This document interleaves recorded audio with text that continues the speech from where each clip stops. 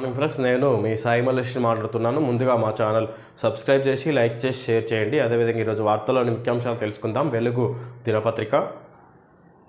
ముంబై ఆగమాగం, కుండపోతతో అతలాకుతలం. ముంబైని భారీ వర్షం ముంచెత్తింది. సిటీతో పాటు చుట్టుపక్కల ప్రాంతాల్లోనూ ఆదివారం రాత్రి నుంచి సోమవారం రాత్రి వరకు వర్షం దంచికొట్టింది. లోతట్టు ప్రాంతాలన్నీ నీట మునిగాయి. రైల్వే ట్రాక్లపై నిలిచిపోయిన నీటిని భారీ మోటార్ల సాయంతో తోడేస్తున్నారు. సిటీ బస్సులు నిలిచిపోయాయి. స్కూళ్లకు సెలవు ప్రకటించారు. ముంబైలో ఒక్క రోజులోనే 16.27 సెంటీమీటర్ల వర్షపాతం నమోదైంది. ఈ విధంగా ముంబై ఆగమాగం, కుండపోతతో ఇక్కడ భారీ వర్షం అతలాకుతలం అయిందన్నట్టుగా ఇక్కడ తెలుసుకోవచ్చు. ముంబైలో ఈ విధంగా అక్కడ ఒక్కరోజు ఆదివారం రాత్రి నుంచి సోమవారం రాత్రి వరకు ఇక్కడ భారీ వర్షపాతం, కుండపోత వర్షం కురిచింది అన్నట్టుగా తెలుసుకోవచ్చు.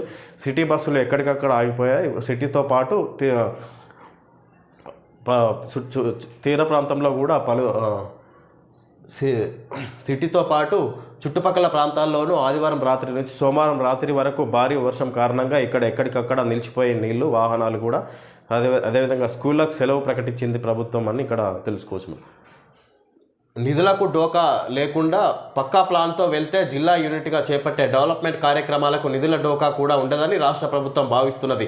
అప్పటికప్పుడు జిల్లాలకు వెళ్ళినప్పుడు సీఎం హామీలు ఇవ్వడం లేదా స్థానిక ఎమ్మెల్యే ఏదైనా కోరితే దానికి గ్రీన్ సిగ్నల్ ఇవ్వడం వంటివి జరుగుతుంటాయి. అయితే దానికి కావాల్సిన నిధులను స్పెషల్ ఫండ్స్ కింద ఇవ్వాల్సి ఉంటుంది. లేదంటే ఇంకో ఫైనాన్షియల్ ఇయర్లో ప్రత్యేకంగా నిధులు కేటాయించాలి. దీనికి బదులు ముందే ఒక ప్రణాళిక రెడీ చేసుకుంటే బడ్జెట్లో నిధులను కేటాయించుకునేందుకు అవకాశం ఉంటుందని రాష్ట్ర ప్రభుత్వం భావిస్తున్నది. ఇక ప్రభుత్వం ఎమ్మెల్యేలకు నియోజకవర్గాల అభివృద్ధి కోసం ప్రత్యేకంగా ఫండ్స్ కేటాయిస్తున్నది. ఏడాదికి 5 కోట్ల చొప్పున గత ప్రభుత్వం పద్దు చూపింది. ఈ నిధులకు తోడు జిల్లాల అభివృద్ధికి ప్రత్యేకంగా మరిన్ని నిధులు ఇస్తే ఎలా ఉంటుంది అనే దానిపైన సీఎం రేవంత్ రెడ్డి ఆలోచిస్తున్నట్లు సమాచారం. జిల్లా యూనిట్గా డెవలప్మెంట్, స్థానిక అవసరాలకు తగ్గట్టు నిధులు రాష్ట్ర ప్రభుత్వం నిర్ణయం.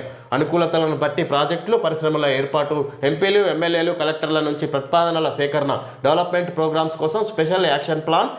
ప్రభుత్వ పెద్దల జిల్లాలకే అభివృద్ధి పరిమితమవున విమర్శ రాకుండా చర్యలు. ప్రభుత్వ పెద్దల జిల్లాలకే అభివృద్ధి పరిమితమన్న విమర్శ రాకుండా చర్యలు. అయితే జిల్లా యూనిట్గా డెవలప్మెంట్ దిశ ఇక్కడ అధిక నిధులు కేటాయించబోతుంది రాష్ట్ర ప్రభుత్వం. ఈ విధంగా అసెంబ్లీ సమావేశాల కారణంగా బడ్జెట్ సమావేశాలు రానున్న కారణంగా ఇక్కడ ముందే వాటికి ప్రణాళిక తయారు చేస్తుంది రాష్ట్ర ప్రభుత్వం. ఎప్పుడైతే సీఎం వివిధ సభలకు హాజరైన సందర్భంగా ఎమ్మెల్యేలు పలానా పలికి సంబంధించి నిధులు కావాలంటే అప్పటికప్పుడు ఇవ్వలేరు. వచ్చే బడ్జెట్లో కేటాయించాల్సి ఉంటుంది, లేకపోతే స్పెషల్ ఫండ్స్ నుంచి రిలీజ్ చేయాల్సి ఉంటుంది. అయితే అట్లా కాకుండా ముందే అక్కడ జిల్లాకు సంబంధించిన అభివృద్ధి పనులకు సంబంధించి కొంత ఫండ్ని పక్కకు పెట్టాలన్నట్టుగా ఇక్కడ భావిస్తున్నట్టు రాష్ట్ర సర్కారు నిర్ణయానికి వస్తున్నట్టుగా సమావేశాలు జరుపుతున్నట్టుగా తెలుసుకోవచ్చు. చర్చ జిల్లాలో స్థానిక అవసరాలకు తగ్గట్టు అభివృద్ధి పనులు చేపట్టాలని, నిధులు కేటాయించాలని రాష్ట్ర ప్రభుత్వం నిర్ణయించింది. ఏ జిల్లాకు ఆ జిల్లాను యూనిట్గా తీసుకొని డెవలప్మెంట్ కార్యక్రమాలు చేపట్టనుంది. అనుకూలతలను బట్టి ప్రాజెక్టులు, పరిశ్రమలు, విద్యా సంస్థలను ఏర్పాటు చేయాలనుకుంటున్నది. ఇందుకోసం మంత్రులు, ఎంపీలు, ఎమ్మెల్యేలు, జిల్లా కలెక్టర్ల నుంచి ప్రపోజల్స్ తీసుకోనుంది. ఫలితంగా ఆయా ప్రాంత ప్రజల డిమాండ్లు, అవసరాలు తీరుతాయని రాష్ట్ర ప్రభుత్వం భావిస్తున్నది. అదే సమయంలో రాష్ట్రమంతా సమాంతరంగా అభివృద్ధి చెందుతున్నది అని అనుకుంటున్నది. పేరుకే జిల్లాలో సొంత సవలతులు లేవు. జిల్లాలో గత సర్కార్ ఇప్పటి వరకు ఏమేం చేసిందనేది దానిపై రాష్ట్ర ప్రభుత్వం వివరాలు సేకరిస్తున్నది. కొత్త జిల్లాల పేరుతో హడావిడి చేసి ఆయా జిల్లాల్లో సమీకృత కలెక్టరేట్లు తప్ప కనీస సవలతులు కూడా గత సర్కార్ కల్పించలేదు అనేది ప్రస్తుత ప్రభుత్వం దృష్టికి వచ్చింది.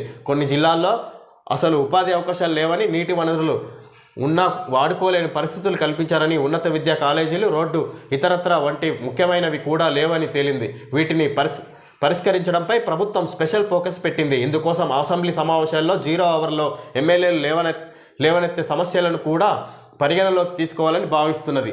ప్రత్యేక యాక్షన్ ప్లాన్తో ముందుకు మంత్రులు, ఎంపీలు, ఎమ్మెల్యేలు, ఎమ్మెల్సీలు వారి జిల్లాలకు, నియోజకవర్గాలకు అవసరమైన డెవలప్మెంట్ కార్యక్రమాల కోసం సాధారణంగా సీఎంకు వినతి పత్రాలు ఇస్తూ ఉంటారు. ఒకే జిల్లాలో ఒకే అంశానికి సంబంధించి మంత్రి, ఎమ్మెల్యే, స్థానిక లీడర్లు విన్నవించుకోవడం ప్రభుత్వం దృష్టికి వచ్చింది. అయితే జిల్లాల వారీగా ఆయా ప్రాంతాల్లో ఏం చేయాలనే దానిపై ఒక ప్లాన్ను ముందే తీసుకుంటే ఎలా ఉంటుందని ఉన్నతాధికారులను సీఎం రేవంత్ రెడ్డి ఆరా తీసినట్టు తెలిసింది. ఈ విధంగా ఇక్కడ జిల్లాల పరంగా ఇక్కడ ఏ జిల్లాకు ఆ జిల్లా యూనిట్గా అభివృద్ధి చేసేందుకు ఇక్కడ చర్యలు తీసుకుంటుంది రాష్ట్ర ప్రభుత్వం అని తెలుసుకోవచ్చు. ఇక్కడ ముందే జిల్లాకు సంబంధించి జిల్లాల వారీగా ఇక్కడ అభివృద్ధికి సంబంధించి ఫండ్స్ కేటాయించాలన్నట్టుగా సీఎం రేవంత్ రెడ్డి చర్చలు జరుపుతున్నట్టుగా తెలుసుకోవచ్చు. దానికి సంబంధించి అధికారులకు ఆదేశాలు జారీ చేసినట్టుగా ఇక్కడ దాని మీద సర్వే చేసి ఇక్కడ నిర్ణయానికి రావాలన్నట్టుగా ఇక్కడ తెలుస్తుంది. అదేవిధంగా గత సర్కారు ఒక కలెక్టర్ ఆఫీస్ తప్ప మిగతా దేనికి అభివృద్ధికి సంబంధించి ఎలాంటి అభివృద్ధి నోచుకోలేదు జిల్లాలో అని ఇక్కడ ఇప్పుడు దాని మీద సర్వే చేస్తున్నట్టు రేవంత్ సర్కార్ ఇక్కడ సందర్భంగా తెలుసుకోవచ్చు. సర్వే నిర్వహించి దానికి సంబంధించి ఏమేమి అభివృద్ధి పనులు చేయాలి, జిల్లాలో ఎలాంటి రోడ్డు విస్తరణ, అదేవిధంగా కాలేజీలకు సంబంధించి వివిధ అభివృద్ధి పనులు చేపట్టాలన్నట్టుగా ఇక్కడ రేవంత్ సర్కార్ నిర్ణయం తీసుకుంటారు. ఏదైతే ఎమ్మెల్యేలు వినతి పత్రం అప్పటికప్పుడు ఇస్తుంటారు సీఎంకు కలిసినప్పుడు, ఏదైనా అభివృద్ధి పనికి సంబంధించి అప్పటికప్పుడు ఫండ్స్ కేటాయించాలన్నా స్పెషల్ ఫండ్స్ ఉండాలి, లేదంటే వచ్చే బడ్జెట్లో కేటాయించాల్సి ఉంటుంది. దీనికి సంబంధించి అలాంటి సమస్యలు రాకుండా ముందు జాగ్రత్తగా ఇక్కడ అభివృద్ధి పనుల కోసం ప్రజల అవసరాల దృష్టికి తీరే విధంగా నిర్ణయాలు తీసుకొని ముందే దానికి సంబంధించి బడ్జెట్ని కేటాయించే దిశగా నిర్ణయాలు తీసుకుంటున్నట్టు తెలుసుకోవచ్చు. అన్ని జిల్లాలకు సమాంతరంగా అభివృద్ధి ఫలాలు.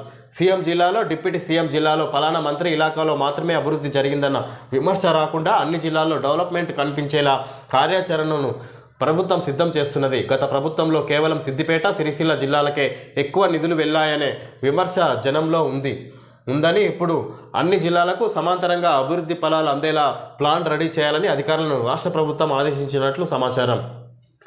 ఈ విధంగా ఏదైనా సీఎం జిల్లాలో లేదంటే డిప్యూటీ సీఎం జిల్లాలో మంత్రి జిల్లాలోనే అభివృద్ధి పనులు జరిగాయి, మిగతా జిల్లాలలో అభివృద్ధి లేదు అనేది రావద్దు, అన్ని జిల్లాల్లో సమాంతరంగా అభివృద్ధి చేయాలనే విధంగా నిర్ణయాలు తీసుకుంటున్నట్టు రాష్ట్ర ప్రభుత్వం తెలుసుకోవచ్చు. గత ప్రభుత్వం అయితే సిద్దిపేట, సిరిసిల్ల జిల్లాలోనే అభివృద్ధి జరిగాయి, మిగతా జిల్లాల్లో అభివృద్ధులు లేవనేది గత ప్రభుత్వం చేసిన పనులకు అలాంటి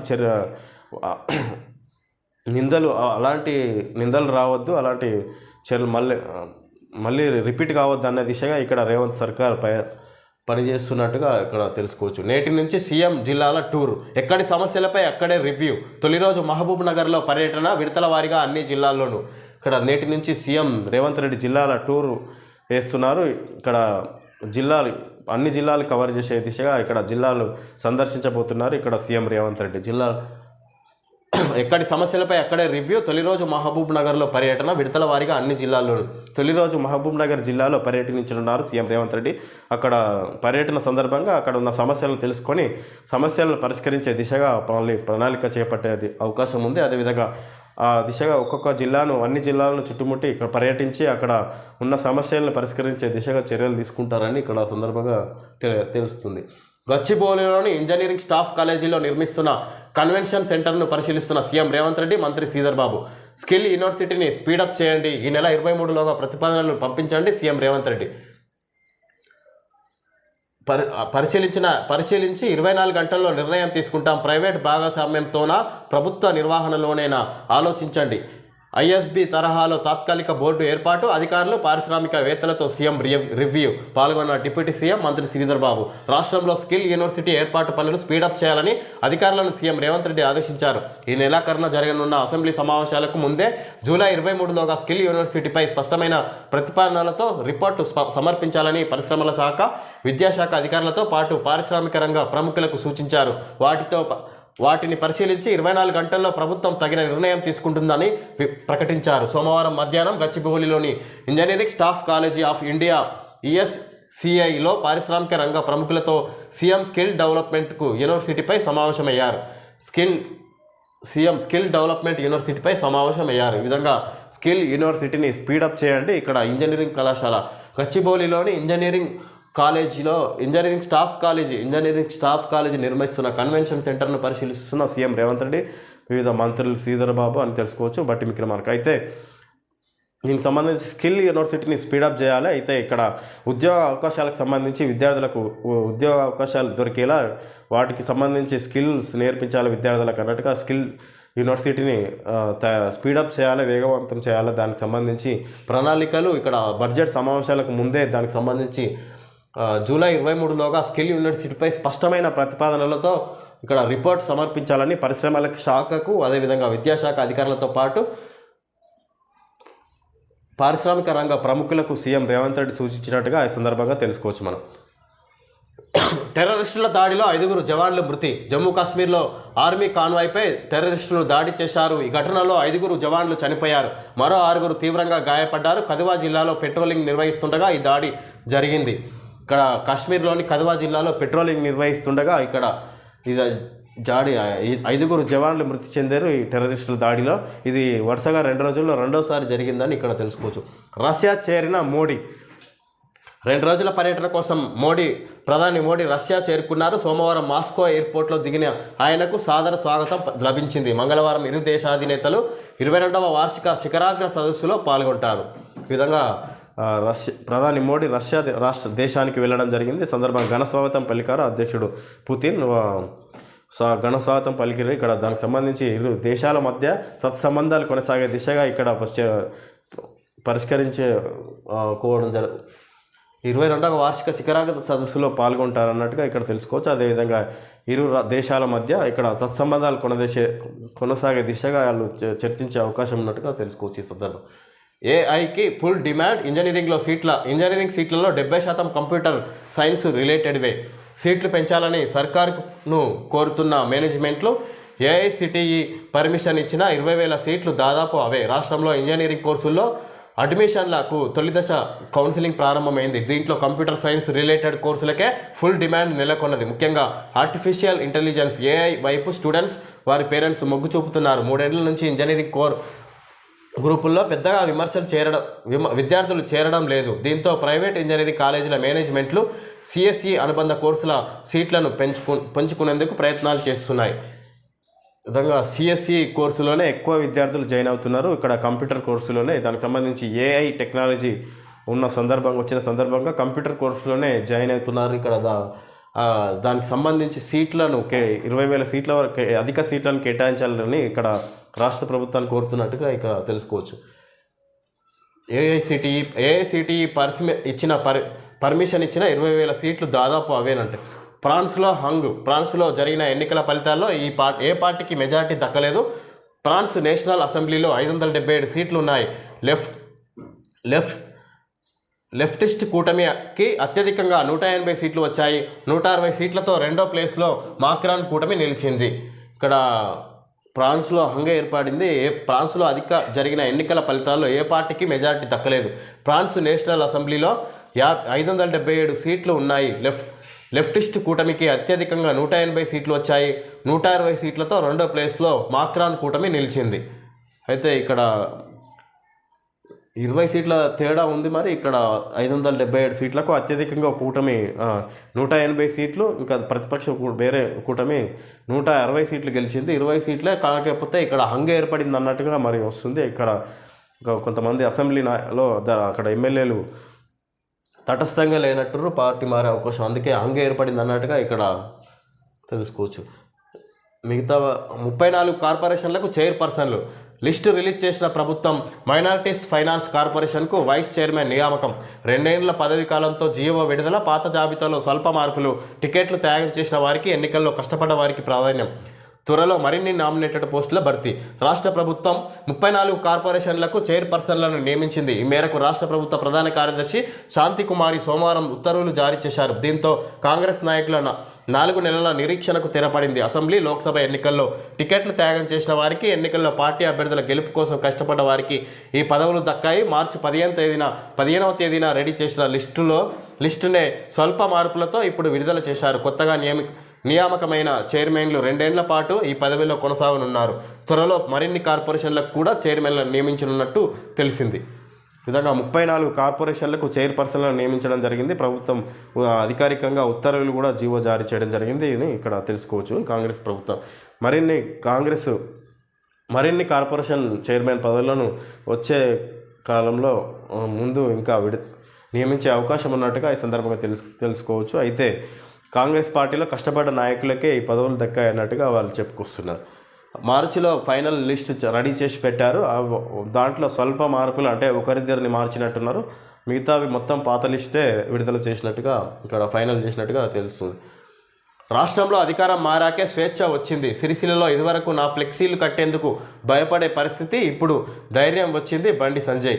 ఎన్నికల వరకే రాజకీయాలు, తర్వాత అభివృద్ధి గురించే ఆలోచన చేయాలని వ్యాఖ్య. ఈ విధంగా రాష్ట్రంలో అధికారం మారాక స్వేచ్ఛ వచ్చింది. ఇంతకుముందుకు ఆయన జిల్లాలో నియోజకవర్గంలో ఆయన ఫ్లెక్సీలు కట్టాలంటే భయపడేదంటే నాయకులు, ఇప్పుడు భయపడే పరిస్థితి, ఇప్పుడు ధైర్యం వచ్చింది బండి సంజయ్ అని ఇక్కడ ఫ్లెక్సీలకు సంబంధించి ఇక్కడ మాట్లాడుతున్నారు. సిరిసిల్లలో ఇదివరకు నా ఫ్లెక్సీలు కట్టాలంటే ఇక్కడ భయపడేదంటే ఇప్పుడు ఆ పరిస్థితి లేదన్నట్టుగా సంజయ్ చెప్పుకొస్తున్నారు.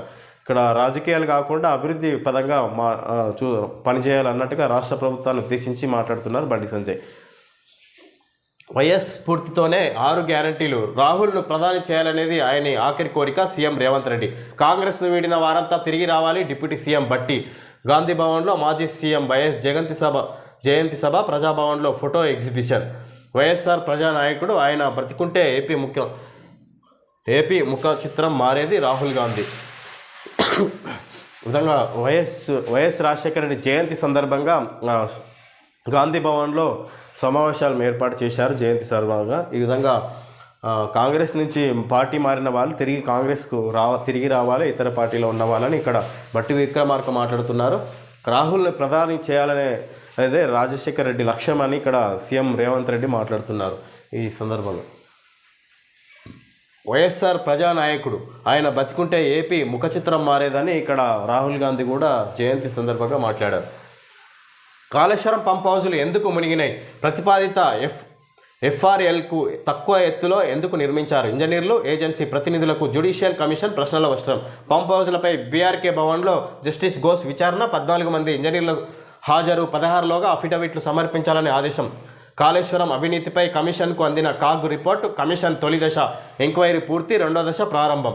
కాళేశ్వరం ప్రాజెక్టులో భాగంగా నిర్మించిన పంప్ హౌజ్ల మునక కారణం ఏంటని కన్నెపల్లి, అన్నారం, సుందిల్ల బ్యారేజీల నిర్మాణంలో పాలు పంచుకున్న ఇంజనీర్లను judicial commission chairman justice Pinaki Chandra Ghose ప్రశ్నించినట్లు తెలిసింది. ప్రతిపాదిత ఫుల్ రిజర్వాయర్ లెవెల్ ఎఫ్ఆర్ఎల్కు తక్కువ ఎత్తులో పంప్ హౌజులను ఎందుకు నిర్మించాల్సి వచ్చిందో కారణాలు అడిగి తెలుసుకున్నారు. పంప్ హౌజుల నిర్మాణానికి అయిన ఖర్చు, టెండర్ల ప్రక్రియ, సాగిన తీరు, మునకకు బాధ్యులు ఎవరు, రిపేర్ల ఖర్చు ఎవరు భరించారు, పంప్ హౌజుల మునక రిపేర్లను అంత సీక్రెట్గా ఎందుకు చేయాల్సి వచ్చింది లాంటి ప్రశ్నలు వేసి సమాధానాలు రాపట్టినట్టు సమాచారం.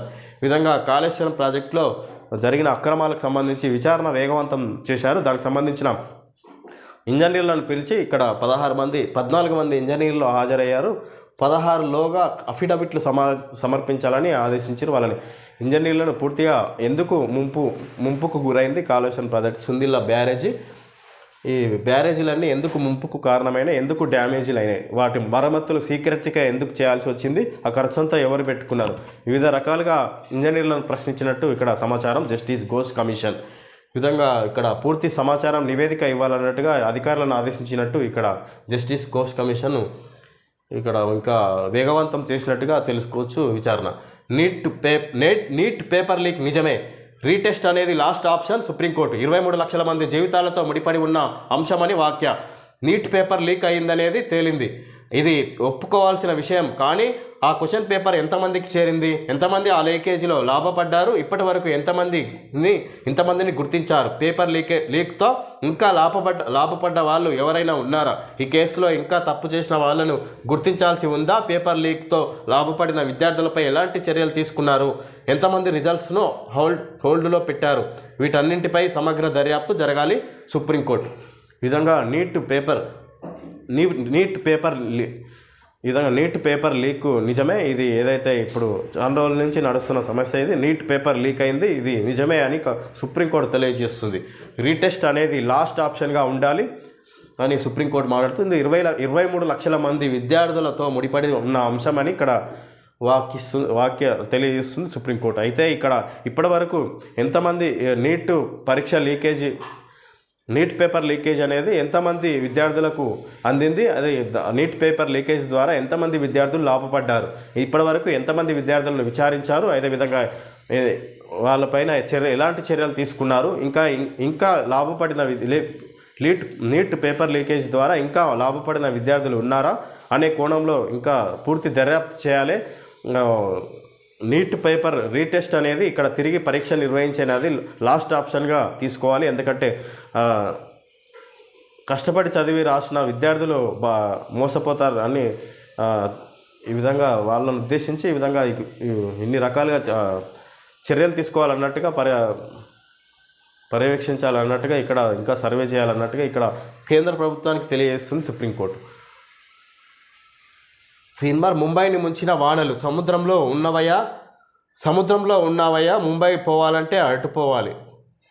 ఇక్కడ ముంబైని ముంచిన వానల గురించి ఇక్కడ తీర్మానాలు ఇవ్వడం జరిగింది. సముద్రంలో ఉన్నవయ్యా ముంబైలో పోవాలంటే అటుపోవాలని ఇక్కడ ఆయన ముంబైలో మునిగిన కారణంగా ఇక్కడ అక్కడి నుంచి సముద్రంకే పోయిందంటే ఇక్కడ అన్నట్టుగా ఇక్కడ ముంబైలో జరిగిన నిన్న వర్షం కారణంగా ఇక్కడ తీర్మానాలు ఇవ్వడం జరిగింది.